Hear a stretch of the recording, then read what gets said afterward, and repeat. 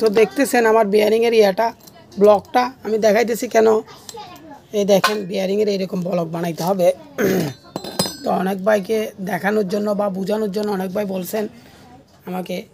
তো দেখেন এই বিয়ারিংয়ের হচ্ছে যে এই ব্লকগুলো আমি নিজেই বানাই নিয়েছিলাম। দেখতেছেন এগুলো হচ্ছে যে বিয়ারিংয়ের ব্লক, এখানের ভিতরে বিয়ারিংগুলো থাকে আর কি।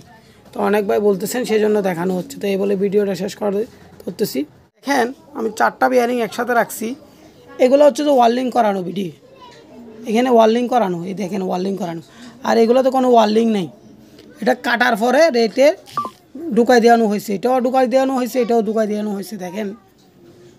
তো আমি আগে 2টা বিয়ারিং বানাইছিলাম, এই দুইটার ভালো রেজাল্ট পাইছি বিধায় এই 2টা বানানো হয়েছে। তো যদি ভালো লাগে আপনাদের লাইক কমেন্ট শেয়ার করবেন। আর যদি কারো কিছু জানার থাকে কমেন্টের মধ্যে আমাকে জানাবেন।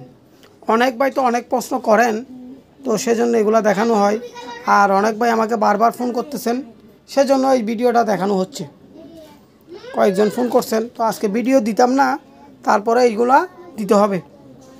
এবং রেড মেশিনের কিছু ভিডিও আমি দিব আপনাদেরকে, আপনারা দেখতে পাবেন। তো ভালো লাগলে আপনারা লাইক কমেন্ট শেয়ার করবেন। আর যদি কারো কিছু জানার থাকে কমেন্টের মধ্যে আমাকে জানাবেন। তো ভালো লাগলে আমি আবারও বলতেছি লাইক কমেন্ট শেয়ার করবেন। তো এই বলে ভিডিওটা শেষ করতেছি। দেখতেছেন অলরেডি এই 2টা হচ্ছে যে ওয়ার্লিং করানো, এইটা ওয়ার্লিং করানো। আর দেখেন এটা হচ্ছে যে কাঠই ঢুকানো, এখানে রেড মেশিনে কাঠি ঢুকানো, এটাও রেড মেশিনে কাঠি ঢুকানো। তো দেখানো হচ্ছে, অনেক ভাই অনেক প্রশ্ন করেন। তো এগুলার এরকম জিনিসগুলো বানাইতে হবে, সেটাও কালকে বানাই দেখানো হবে আপনাদেরকে।